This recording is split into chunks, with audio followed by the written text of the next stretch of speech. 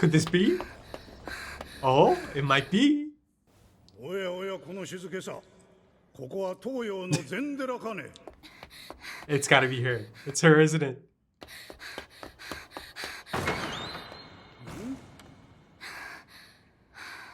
Quite the entrance. 席に着く前に質問しよう。 He'll 君はシュトットガルト事件の判決の She'll have the 自分を述べ answer. る体力は残っているかね。 go on. はい、殺害については確かに事故によるものであると認定されました。 Oh, so よ she's って studying. 殺人には故意がなければならないとの根拠から懲役15年の判決が下されたものと思われます。 Okay. 着席したまえニナ・ホルトナー君。はい、教授。 Nina, eh? Is this Anna, but of course not using that name anymore? 助かったよ。ニナのおかげだ。あれで誰も答えられなかったら、また鬼の黒ネッカなやつ50枚のレポート Nina. 言い出 It's す a lovely name. Okay. Self-defense? そんなことないよパパ、素敵じゃない。仮装行列じゃあるまいし。ママがいつまでも若いっていいことじゃない。ただいまパパ。 Little kiss? Yeah. Yeah. 私も子供の時ああいう仮装したかったな。 Mm. すっごく可愛いんだもん。ああ、仮装ならしたわよ。ねえパパ。お Interesting. 本当だ。その時あなたはしゃいで大騒ぎしてたのよ。ねえパパ。おそうだな。 There's a bit of unease. 仮装行列か。 She's not able to remember? 君に世界で一番美しい花を贈ろう。君を花で埋め尽くすために僕は生まれた。はあ、すごい。誰からだろう。ははー、なかなかやるじゃないペータ She's ー。 lovely. Cute. あれから調子はどうだね、ニナ。え、 Whoa. おかげさまで The 元気で voice. す。書いてる先生。Ah. それはよかった Therapist? まあ君がカウンセリングルームに入ってきた時の表情で元気なのは分かったけどね。 Okay, maybe not. あの夢はもう見なくなったのかい？闇の中から現れるモンスターの夢は。はい。最近は夢見てる暇もないぐらいぐっすり眠っちゃって。なんであんな夢に毎日うなされてたんだろう。 Ah. の時期は誰でも不安定になるものさ。 His voice, I 将来に対 recognize する夢 it. や不安がごちゃ混ぜになって自分が何者であるのかわからなくなる。でも自分が何者であるかなんて一生かかってもわからないんだ。一生かけてそれを見つけていくつもりで、今は将来に向けてやれるだけのことをやるだけなんだ。はい、私頑張ってます。将来は検事になりたいんです。 Oh. その調子だ。ありがとうございました。This should be interesting. Once she leaves, let's see if he has. ニナ・フォルトナ。本当に Sure 明るい is, 子 but だ it appears that if that is Anna, あの明るさは何かから逃げようとする反動のように思えてならない。 it is Anna. It is Anna. 大きな闇から。 It's almost as if she's repressed some of these memories. 君を花で埋め尽くすために僕は生まれた。まさかペーターにあんな文章を作る才能があるなんてね。俺知らないよ、そんなの。 Yeah. 私のメールアドレス友達にしか教えてないのよ。さあな。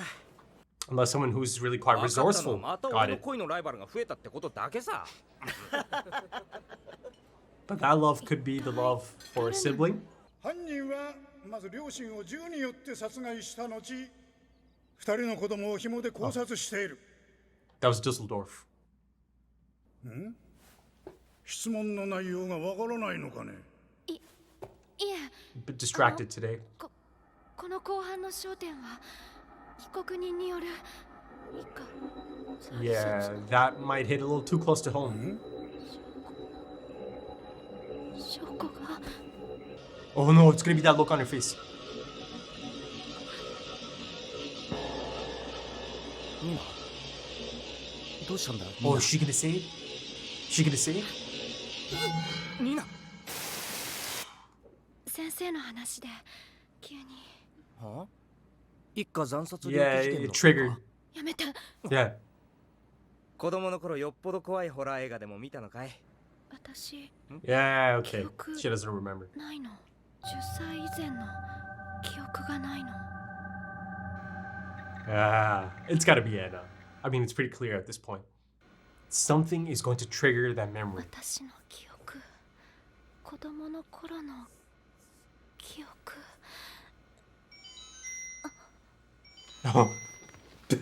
友達もいたのかどうか、それに記録も残ってないんです。実は6年前に火事で焼 Ah, けて is しま that って。 right? It is. It's Tenma. 確かにこのケルンに6年前までミハエルという名の少年がいた。ミハエルの本当の名はヨハンか。そういう名前の時もあったっけ？誰なんだお前は。あいつは殺人を繰り返す双子の兄。ただそれだけだ。何をやってるんだ僕は。Yeah.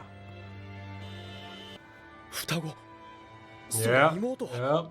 双子の妹はどこへ？もうすぐ迎えに行く。 It's gotta be Johan, right? もうすぐ迎えに行くってどういうことなの？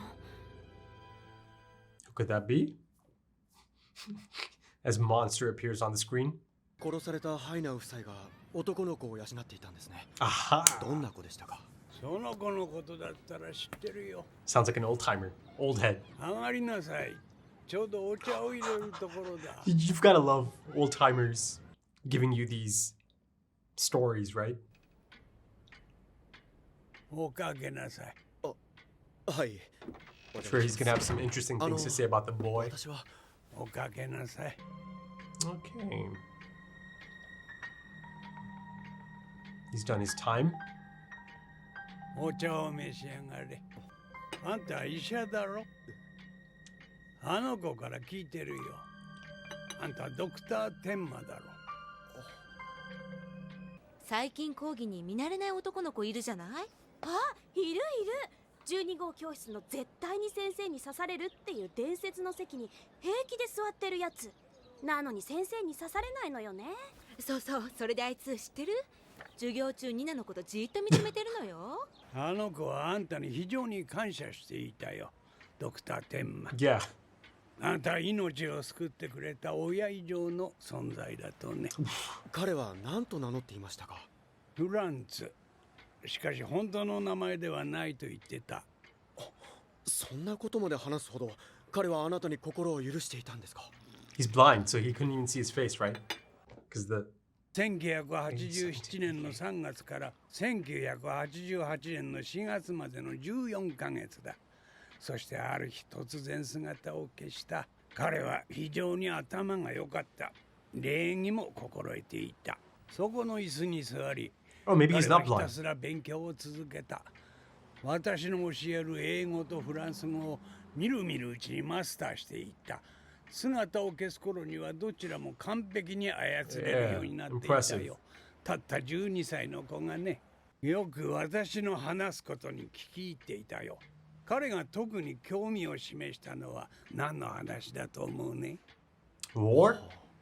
戦争の話だよ。 That explains the setup earlier. 私は第二次大戦中、海 Interesting. 軍で U ボートに乗っていた。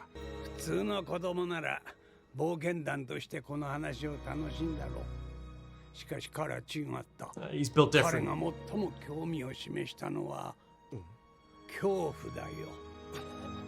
究極の恐怖。死の淵に立った人間がどんな反応を示すのか、彼は恐怖をもてあそんでいた。Yeah. 彼はどんな表情でその話を？目を輝かせて笑みを浮 Oh, か okay, べ he is ていた blind. だろ。おそらく。おそらく。私は目が見えないからね。そう。私はあの子の本当の名前も知ら Checks な out, けれ right? ば Makes 顔 sense. さえも知らないというわけだ。彼は誰にも心を許したりはしない。あの子が本当に心を許したのはただ一人。妹だけだ。Ah. Okay. 私はその妹を探しているんです。20歳になったら迎えに行くと言っていたよ。どこへ？ Oh ハ boy. イデルベルクだ。行ってきます。man. Ugh. そろそろだな。でも決めてたじゃないか。20歳の誕生日になったら言おうって。あの子は私たちの子じゃないって。Oh. Lovely people, kind people. She'll see that face. She'll see that face, and yeah, it's going to. どうも、ニナ・フォルトナさん。はい。僕、オットー・フーベルマンと言います。どうも。This must be Johan getting someone to do this for him, right? Yeah. There's a handsome devil, and this should trigger.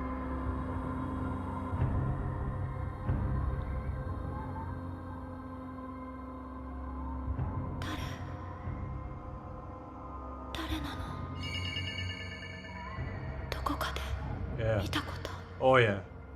Wow, this is gripping.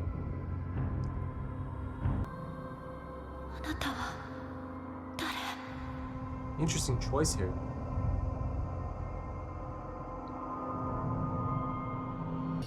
Oh. ニナ、どうしたの？大丈夫？ちょっとしっかりして。ニナ、しっかりして。ニナ、ちょっと。ニナ、大丈夫？ Okay, 5 episodes into Monster. You know, it's a really good feeling because now I'm kind of into it proper, right? I feel like I've kind of moved past the beginning stages. I mean, it is episode 5, but, you know, it really feels like I'm in there now. You know, really in there now. You know, now, by the end of this episode, or I mean, in the beginning of this episode, essentially, but by the end of episode 5, I now have essentially everything I kind of need in terms of, you know, major characters. Of course, last episode was the reemergence of the charismatic, the eerie, the mastermind that is Johan Liebert, right? And of course, that continues in this episode as well. Some of the tactics that he uses. See, remember in my discussion for the last episode, I mentioned that he just has this presence. He just does. You know, there's this dread. And I feel like it is by design. I certainly feel it, you know, that at all times he could be around, right? And again, there's that notion of him just kind of slipping into society or just being in any open place and just fitting in perfectly, right? Not sticking out like a sore thumb because he appears to be a normal person, right? I mean, I suppose there's that element of him being really quite handsome. So maybe in that sense, he might actually stand out a bit from the crowd, from the average looking crowd, I suppose. But, you know, speaking of the beauty aspect of it, right? You see that his sister, I mean, as of this point, she's known as Nina, but they've made it really quite clear. I mean, it's really quite clear from the beginning, just the presentation of it, right? The cold open. Yeah, this is someone special. This is someone important. And of course, us, the audience, is already on the lookout for the one missing character now. That one being Anna Liebert, right? Last seen 9 years ago, disappeared from the hospital, right? And, you know, since then, I've been really concerned. I've been concerned about her specifically because of how she left. Again, it remains to be seen if she was taken by force, if Johan took her. But the thing is, you know, her coming across Johan, it just does something to her, right? It triggers her. And, you know, there's a repeat of that. You know, they try to bring them together all the time and go for that photo op, right? Trying to cash in on that story. Of course, you know, all 3 of them are dead now. But it plays out. It's the same thing, essentially, right? She doesn't know she's looking at her brother, right? But there is that sense of, okay, I know. He's so familiar. I know. There's something about him, right? It did the same thing. It triggered that PTSD. It triggered something deep inside of her, right? There is a darkness deep inside that even not the therapist, the counselor, picks up on as well, over the span of the hours he spent talking to her and getting to know her, and just her day to day and the struggles of this dream that she keeps having from time to time.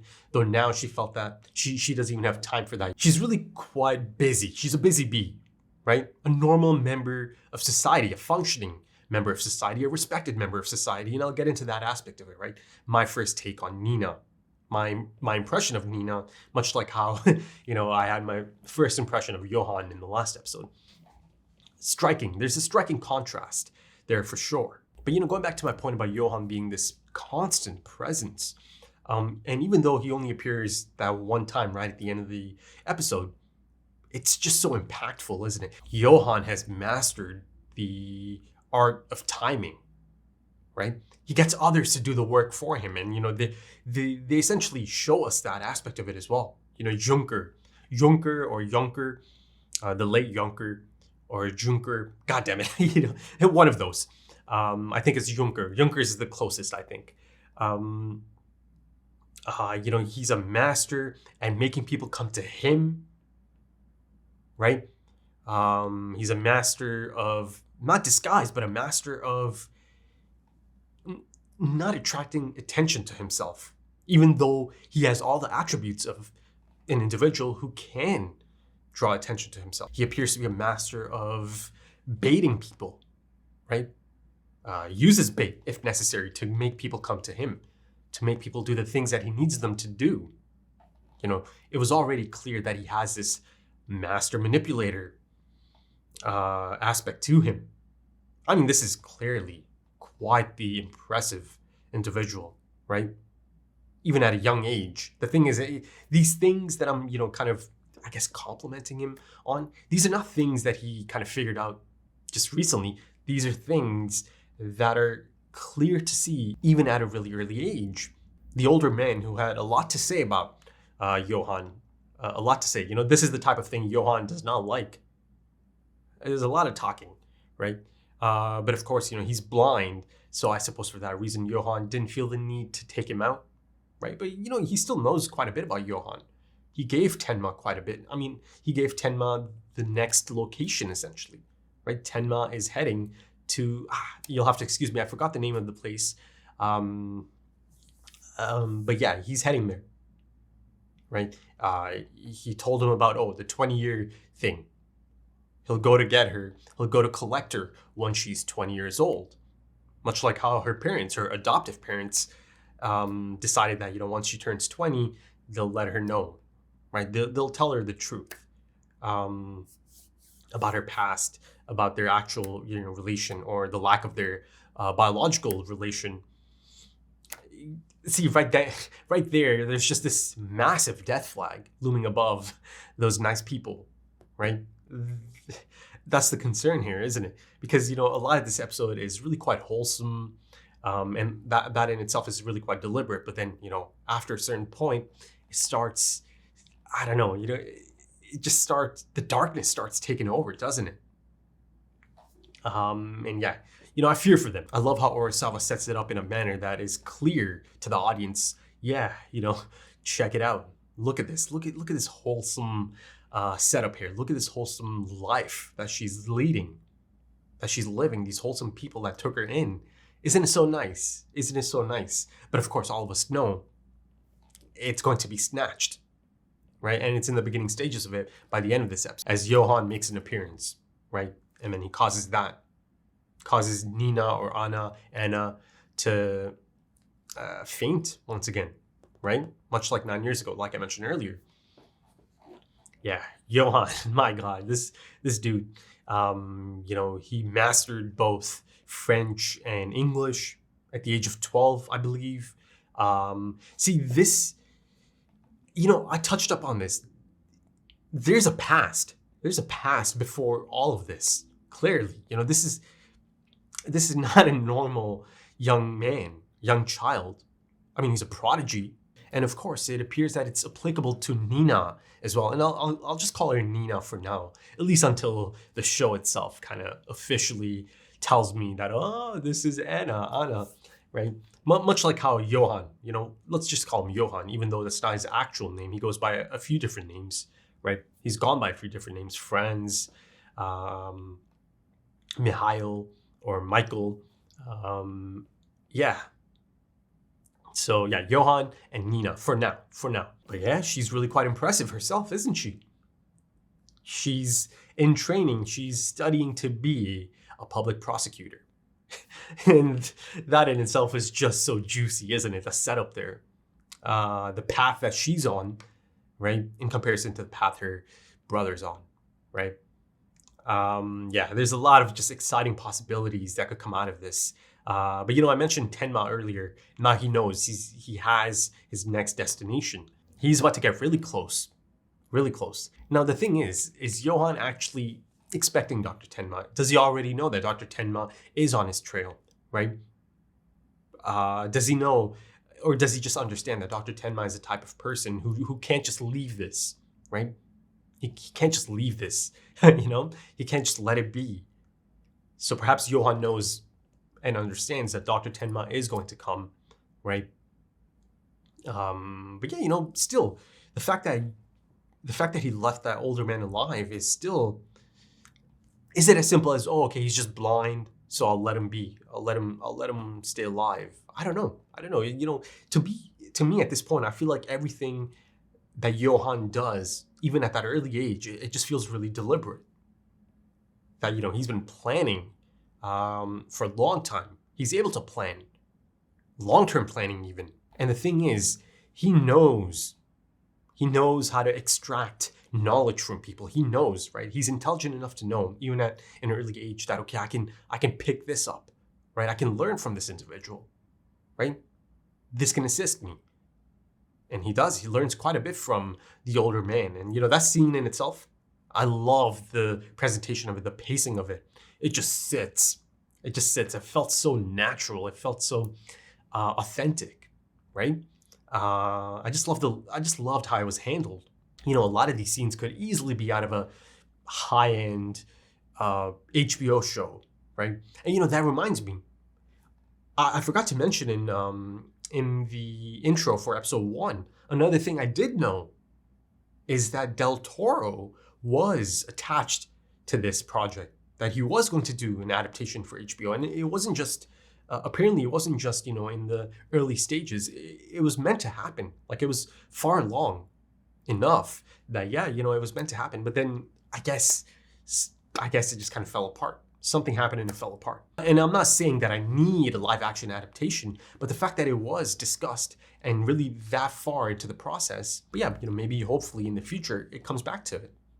Let's see. I don't know. Del Toro at this moment in time, I don't know how much he's open to devoting that much time to a live action series at this point of his career. Maybe back then, but at this point I'm not too sure. So maybe if it does come back down the line, it could have someone else attached to it, right? But essentially I'm complimenting it, that it feels like a high-end drama series already. But yeah, Tenma has a solid lead at this point, right? So, Johann already knows, right? He got to her. He's been around her this whole time. He's always around. But it'll be interesting to see. Because honestly, it feels like everything that's going to happen from this point on, perhaps in relation to, Tenma potentially coming in contact with Nina, it might be because Johann is allowing it to happen. But yeah, Dr. Tenma potentially coming across Nina. Yeah. That's fascinating as well, isn't it? Because it's not just Johann. She has a past with Dr. Tenma as well. Listen, if you start thinking long term, you can see how, she might be caught in the middle, or she could be caught in the middle. Tenma on one side, Johann on the other side, right? And I think she's probably going to play a crucial role throughout this series. It's still early stages, but I believe that at one point she is going to, just remember everything. It's going to be a process. It's a slow burn. But I think, I'm thinking long term. Perhaps once she's able to come out of this dissociative fugue state, amnesia, that is essentially from all that time ago, right?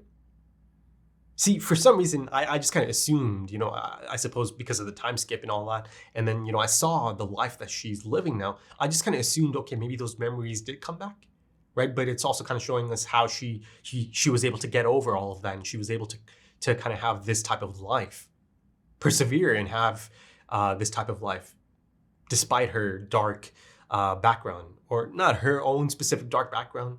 Though, again, I don't, that's the thing, I don't have the definitive backstory on the children just yet, right? Before they came to the hospital as children, before they came across Dr. Tenma, right? There's certainly something there for Johan, that's for sure. That's for sure. This is, a sociopath, psychopathic tendencies as well, right? He just loved the idea of hearing about people at the brink of death. People on the brink of death, right? How does someone feel at that moment?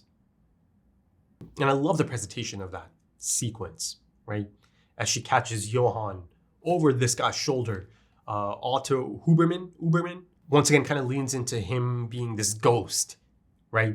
This elusive individual, this elusive ghost that you kind of catch a glimpse of, and then it's almost as if he doesn't exist, right? He's really good at covering his tracks. And he also appears to have a knack for theatrics, right? Compelling spectacles. God damn, if you can already tell, I'm really kind of really drawn to Johan as a character at this point. There's just so much. You could just see that there's so much already there. But I feel like, it is the beginning stages. It's just beginning to scratch the surface. But, on the opposite end, Nina, I feel so protective of Nina already. She's best girl. She really is. So wholesome, super cute. It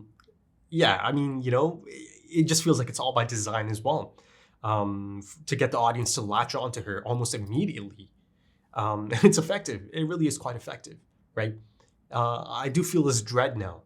But like I mentioned, she's a busy bee. Always on the move, always on to the next thing. And much like Johan, she excels at many different things, right? And there's a really fun montage of her kind of going through. It's essentially a slice of life, isn't it? And even the score reflects that tone, at least in the first half of this. Then, the darkness kind of starts creeping in as well. You start feeling Johan's presence once again.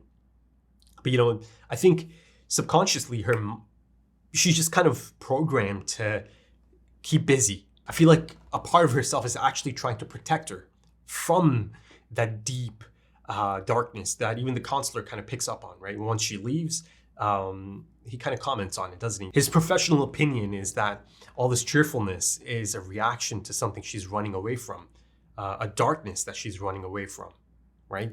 And he's essentially spot on. The man's damn good at his job, that's for sure. But, through that dialogue, there's a lot of double meaning, right? Us, the audience, it's indirectly kind of speaking to us, the audience. Urasawa is getting his point across as well, right, throughout that conversation. Ideas of losing yourself as you're trying to find yourself, and that the searching can be a lifelong process, right? You could spend your whole life searching and still not really gain that elusive meaning that you're looking for.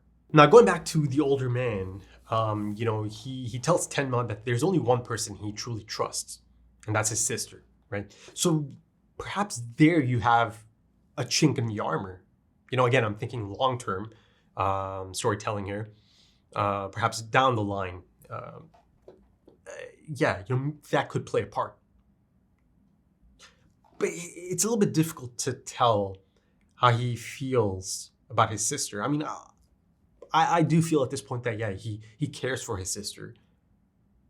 But, there's still this feeling of unease surrounding this,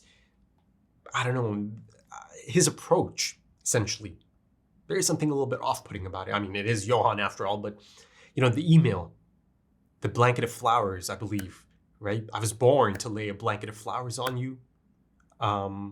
She took it in the romantic sense, right? I mean, of course, she has no idea it's coming from her brother, but yeah, sure, it can sound romantic for sure, but there's like a double meaning there, right? You kind of have to look for that meaning, double meaning, because it is Johan. Because as she is reading it, I got this image of a funeral, right? A blanket of flowers. So yeah, I'm really quite excited about that potential of, Nina finally remembering everything, Anna, and having those moments with Johan, and then of course her and Tenma as well, right? The two different dynamics. I mean, Tenma's out here, isn't he? Doing his own thing, his own investigation.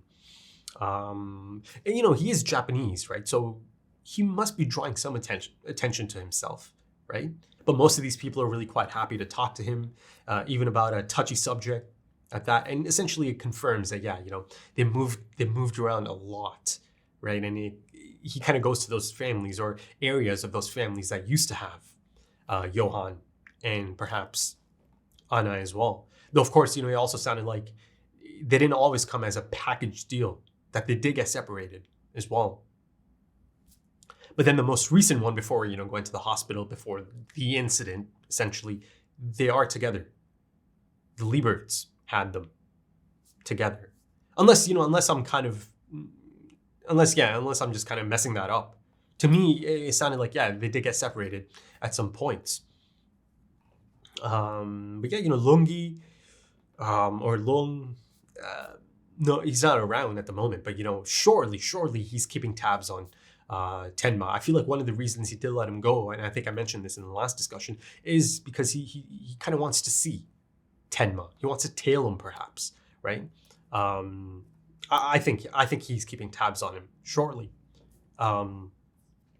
So it'll be interesting to see the next time Lungi comes in. Next time, him and Tenma kind of come across each other. A thing I'm really quite excited about, and I'm pretty sure it is going to happen at some point.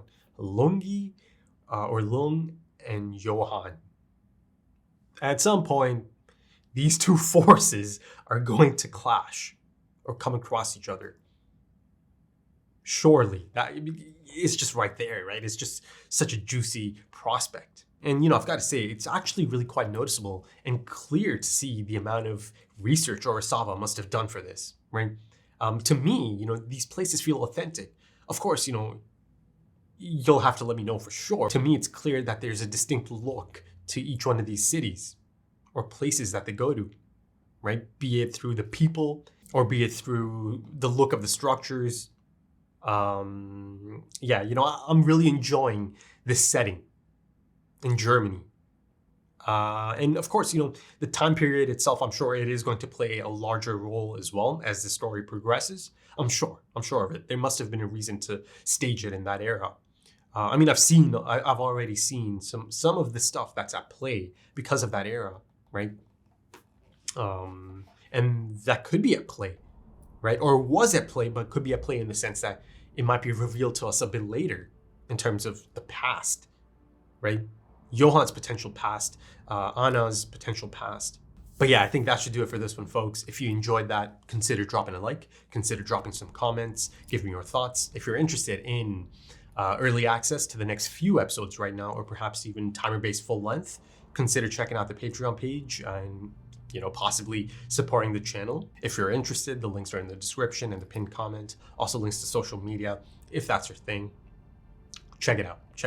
But yeah, thank you so much for joining me, folks, and thank you for your time, because time is precious. It really is. And I do hope to see you again soon for episode 6. Until then, take it easy.